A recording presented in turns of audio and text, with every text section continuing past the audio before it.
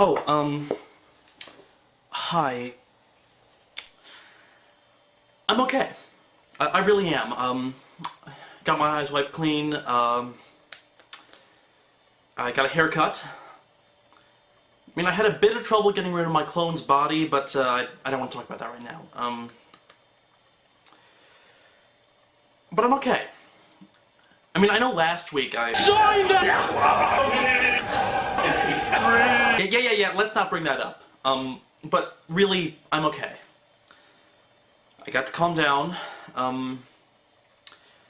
and I saw a movie. And it was... Oh my god! It is gorgeous. It is stunningly gorgeous. It is launch 1,000 ships and burn the topless towers gorgeous. It is bend over backwards, leave your home and job and all that makes you happy, high-bouncing, gold-hatted, lasso around the moon, get stabbed by an iron rapier just to see a smile on her sweetly made face gorgeous. The film is directed by Tarsem Singh, who prefers to just be called Tarsem. It's usually a red flag when a director goes by only one name. Best known for his Jennifer Lopez paycheck, cum surrealis spectacular The Cell, this movie is known simply as The Fall. Based on the 1991 Bulgarian film Yo Ho Ho, it's about a stuntman working in silent-era Hollywood who meets and befriends a little girl in a hospital and tells her a story. The story he tells her is about awesome. I mean, no digital effects, no green screening or anything like that. Everything on location. And when I say location, I mean 26 locations in 18 different countries, with travel expenses all taken out of Tarsem Singh's own very deep pockets. Now, The Fall is a pretty recent, pretty well-received, but little-known film with the blessing of not only David Fincher and Spike Jonze, but Roger Ebert, so I'm not sure how many jokes I can get out of this, but really, I need a break! The film begins with... the name of the company is Googly Films. Sergey Brin and Larry Page will sue. Sergey Brin and Larry Page are the guys who made Google, so... Anyway, the film begins right after the fall of the title, a dangerous drop from a bridge onto the back of a horse, with Beethoven's Seventh playing in the background. The man who made this fall is Roy, a stuntman who is willing to make the drop because of his girlfriend getting stoled. While in the hospital, he meets, by chance, a young Romanian girl named Alexandria, who recently lost her house and father to a mob. He's got the same gap in his teeth. Must run in the family. Hey, do you know you're named after Alexander the Great? Who was the greatest warrior who ever lived. That is decidedly not what Alexander the Great looked like, but we'll let that slide. Oh, and on-location filming, remember? Almost died. Pretty... My lord, all hope is lost. This helmet contains our last supply. O King, I believe your wisdom shall save us all.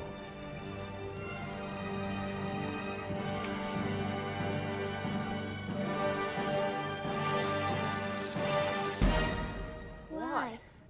Because there wasn't enough water for all of them, and it was Alexander the Great's way of showing his army that they were all equal. That It's stupid. Cause Alexander flowed the water instead to give every soldier a little bit. Aw, she's pointing out the logical loopholes! She'll be a great reviewer someday. By the way, the fantasy visions are filmed as if they were happening inside the child's head, which is why Alexander is depicted as a gay Aztec, rather than a bisexual Macedonian. After a day, in which he learned that Roy may never walk again, and therefore be out of a job, Alexandria comes in, and this is where the action really kicks in. Okay, after this. Tarsem Singh does two things brilliantly: scenic vistas and children frittering away their time. Moving on, Roy tells her a story about bandits, stranded on an island by the evil and conveniently named Governor Odious, who we are told will execute the lead bandit's poor twin brother. My poor brother. Oh, sorry. His poor twin brother. There are 5 in total. The first is Ota Benga, who was a slave on one of Odysseus' plantations. After his brother died of exhaustion, he led a slave revolt and joined the cast of The Lion King. He played a gazelle. The second is known only as the Indian. He hates Odious because he kidnapped his beloved and had her killed. The Indian took a blood oath never to look at another squaw. Oh, sorry, had his squaw killed. Locking the doors to his wigwam, the Indian stood guard. Wigwam? Huh? For some reason, this Indian is confused with this Indian. Which is doubly weird when you realize that Tarsem himself is an Indian. But anyway, he vowed to exterminate Odious, and every instance of the phrase, dots, not feathers. The third is Luigi, who is surprisingly less green than I thought he would be. He's an Italian explosives expert who was excommunicated by Odious for having bombs. You'd think he would be the guy with the princess stealing backstory. The fourth is Charles Darwin. He, Okay, if you want to dress the father of modern biology like a cross between Cruella de Vil and a Droog, fine by me. Oh, and he has a monkey! Anyway, Darwin hates Odious because Odious killed a butterfly. Americana exotica. Dead one. Darwin really wanted that butterfly.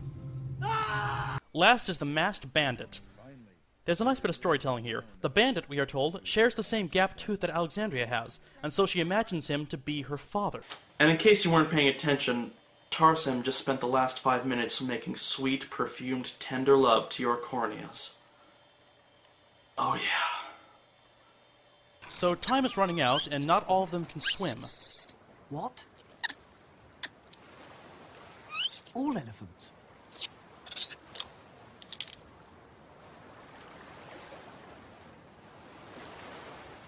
I say,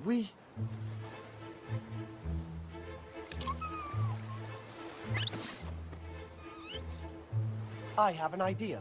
A bit of trivia, the monkey is named Wallace, after Alfred Russel Wallace. Supposedly, Tarsem wanted to show Darwin as a plagiarist who stole ideas from other scientists because Darwin and Wallace actually co-published the theory of evolution and Darwin got sole credit. But it misses a few key points. Namely that Darwin's voyage was done decades before Wallace started his research, and they willingly collaborated when they discovered that they had similar findings, and that it was Wallace himself who coined the term Darwinism out of respect for his elder... Oh, whoops, sorry, had that installed recently. Do you know the makers of the continuity alarm make custom models? So to get off the island, they ride on the back of a swimming elephant! Holy mother of the baby awesome, that is cool!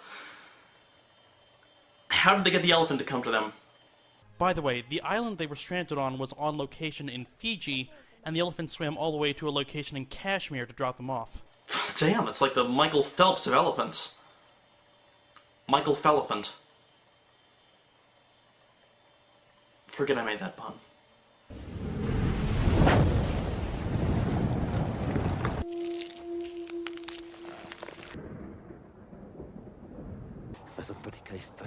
He said he has been sent by his mystic cult. So this guy was just waiting in a tree for days until they got off the island? Well, whatever. He's a mystic whose lands have been destroyed by Odious, so he's their sixth man. So these are our heroes. A multinational band with different powers, Oh wait, I need to make this joke. Wind! Water! Go Planet! By your powers combined, I am Captain Planet! Okay, moving on. They storm Odysseus' dungeon in Uttar Pradesh, India, taking on the guards who look like the Black Knight designed uniforms for AIM. Inside, the Mystic has... Oh, wow! And they go on. First!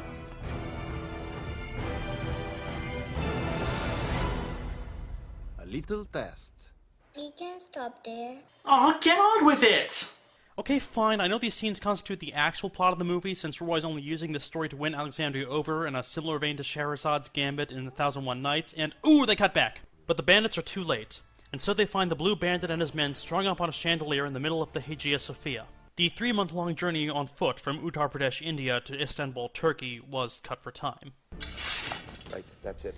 Then there's some other stuff. Kid is back in the hospital, actual story, depressing drama about a love-stricken man and his suicidal depression and his relation to a poor child. Come on, get back to bullshit pretty fantasy story! Oh hey, they're taking communion. Perhaps this is a metaphor for Alexandria's... Are you trying to save my soul? Are you trying to save my soul? Hey, that's my job, Tarsem. Explaining the subtext is my job! I will not have my job outsourced to an Indian! The story starts again, and the bandit's dead brother is buried in a giant chromatography test. My brother. Why he speaks like this? Yeah, this is pretty culturally jumbled. How do you want him to speak? Normal, like you. I will destroy him! And every Spanish thing. I thought he was Spanish. No. He was French. Are you with me, bandits? Really culturally jumbled. This Gosu no es halal, mein Freunden. The bandits go on their epic quest to find Odious, but they get lost. So, Iggy Pop gets the bright idea of swallowing a map. Then he runs into a forest where a bunch of local naked guys help him out with a little chant. Ah, Kachak, the Balinese monkey dance. Although, of course, nowadays the ballet is mainly used for reenactments of the Ramayana, and therefore more dramatic than functional in a spiritual sense. But since it was originally used in a trance ritual, I guess its use here can be justified. How the fuck did I know that? He's giving us direction.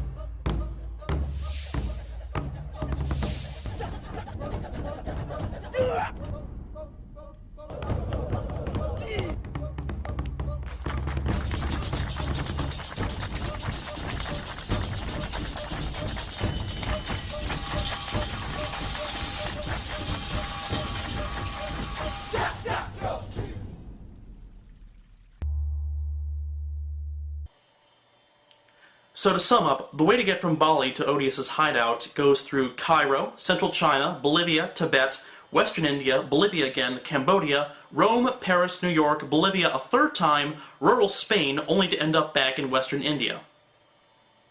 Bandits, do not tip these guys. But the directions work, as it leads them to a caravan led by a team of slaves. They decide that the slaves must be freed. Yeah! Tell me, Alexandria, do you read English? You always stop at the same part when it's very beautiful. I'm having a hard time sleeping, and I can't remember this story. I need some pills. I need pills in a bottle that has this written on them. Ah yes, The Fall. The touching story of a suicidally depressed actor and his drug mule. One thing I should mention is that this film has a Wizard of Oz casting ploy. Alexandria populates the story with people she meets. So the ice delivery man is the slave, a fellow stuntman becomes the Italian, and believe it or not, this guy is the caveman mystic. You know what I do when something frightens me? I say the magic words. Googly. Googly. Googly. Be gone. Yes, that's what he wants you to think the magic words are. Isn't that right, Davros? Yeah, don't try to hide it. I've seen your resume. Alexandria goes back to Roy to give him the morphine he wanted, but who cares? Did they free the slaves or not? Did they free the slaves? So our heroes raid the circus tent, free the slaves, and find the princess, the Lady MacGuffin required for these types of stories. She is a sister, a Catholic nun dressed like the fusion of a beautiful lotus blossom and a Dilophosaurus. So with Princess Peach in tow, they leave the slaves to make their own damn way through the desert and abandon a small child to certain death. Our heroes. Who, may I ask, are you? To most, I'm known as the Masked Bandit. Has there ever been a bandit who hasn't been masked? Roy decides that now would be a great time to overdose, so he takes his morphine in front of a small child. Free me. You've captured my heart. Make them kiss. Make them keys? Oh, make them kiss. In the bandits' hideaway, they learn that the princess has in fact pledged her love to Governor Odious. Did I mention that Odious is played by the same guy who stole Roy's girlfriend? The bandits decide that she has to die, so they take her out to wherever the hell this is, I don't know, to execute her. She can't die. She's still alive. The solid gold locket stopped the bullet. My dearest daughter, never marry for money, fame, power, or security. Always follow your heart. Your ever-loving father. It says all that on that little locket. Don't you love it when the characters point out the goofy plot details for you? They see it as divine providence, and so the bandit and the sister decide to get married and... wait. That's a Sufi dervish. It's an Islamic practice done for purposes of meditation. It's a form of group worship designed to bring one closer to God. It's not a wedding dance. They might as well get married in the middle of a Pilates class. The mystic spies danger in your palm. You've taken too many pills. Death is near. He says he also knows of a secret chant. Whenever we're in trouble. Something about googly, googly? So they ward off evil by chanting the name of the production company? So the bandits are betrayed, and holy butt stoppers, how did they do that fade? That's a... what the... no digital... what? Witchcraft! I don't even care that the characters are about to die. That fade was that good. There was no one left to save them. Oh, now that's just a total Mary Sue move. She sets him free, and he tries to fight back, but unfortunately, the pills take over. So, Roy dies. Only he doesn't. The pills are placebos, and Roy is not happy. Now, the morality in this has been pretty iffy. Roy's been using this child to get him morphine so he can commit suicide. He's done so much to convince her that he needs morphine that she willingly goes out to get pills, and in doing so, she falls and breaks another bone, leading to... Thieves!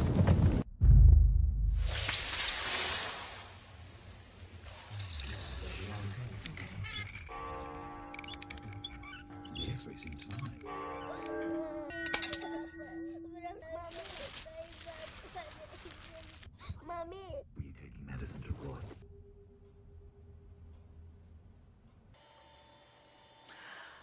I don't feel qualified enough yet to invoke the, macrolabial cockodrillis moment, but that definitely was one. Not content with endangering the child's life, Roy begins to dash her dreams by killing her heroes with his infinite suicidally depressed sadness.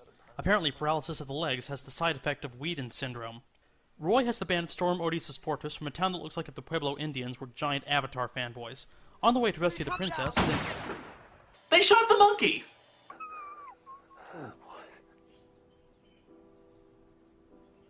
Americana Exotica. That clearly isn't the same butterfly that was previously called Americana Exotica, so that monkey died for absolutely no reason. And if you like that pointless death, here's another, in a bigger historical retcon than the end of Inglourious Bastards. Then Luigi gets cornered by the entire Chicago police force and...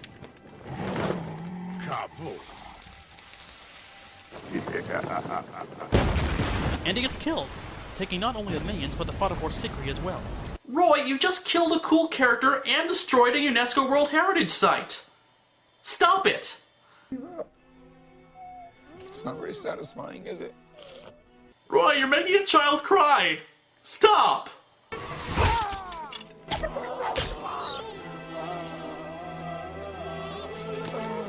Roy, stop!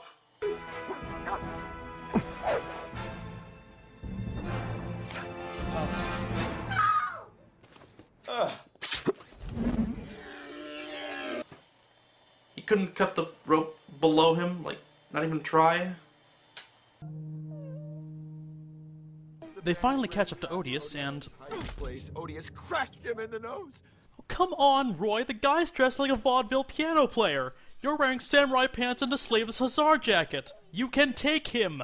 Not kill him. You make babies cry, Roy! You make babies cry!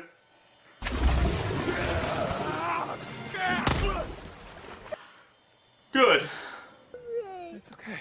It's alright. It's over now. Good. We're finally free to follow our hearts.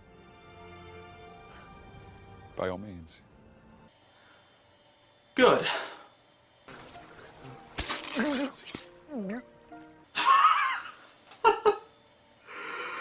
Oh my god, that was stupid. I need a good laugh. You finally came through, Roy. Good job. Now that the story is finished, Roy can get on with his life. After the whole cast gets together to see clips from the movie they were making, Alexandria goes back to work on her farm. And we learn that Roy has recovered in full and gone on to do stunts for silent movies, even the ones that we know for a fact he didn't do. Fuck you, Buster Keaton. Okay, watching it again, I guess there's very little substance to the movie. Now, the relationship between Roy and Alexandria is nuanced, believable, and charming, and often very moving. But the fantastic part is rather simplistic and formulaic, with characters more made up of tics than substance. It relies too heavily on fantasy tropes to move it. but really, I don't think it matters all that much. In the film's best quality, the reason the film was made is its visuals. The film's fantasy portion is made fantastic, ironically, because all the scenic vistas, all the dazzling architecture, all the lush landscapes are real. Supposedly part of the reason Tarsem spent so much effort filming in exotic locations, paid for by his own money, mind you, was to generate interest in them and cinematically preserve them for future generations. And hey, if Tarsem wants to do to these places what John Ford did to Monument Valley, then more power to him. Now, if you want to see this film, get the biggest, highest quality TV you can find, buy the Blu-ray edition, and just sit back and let the movie burn out your eyes with its beauty. Just like looking directly into the sun, it will blind you. Thankfully, my DVD player isn't the highest quality, so my eyes are only singed. So from Brows Held High, I need to find an optometrist.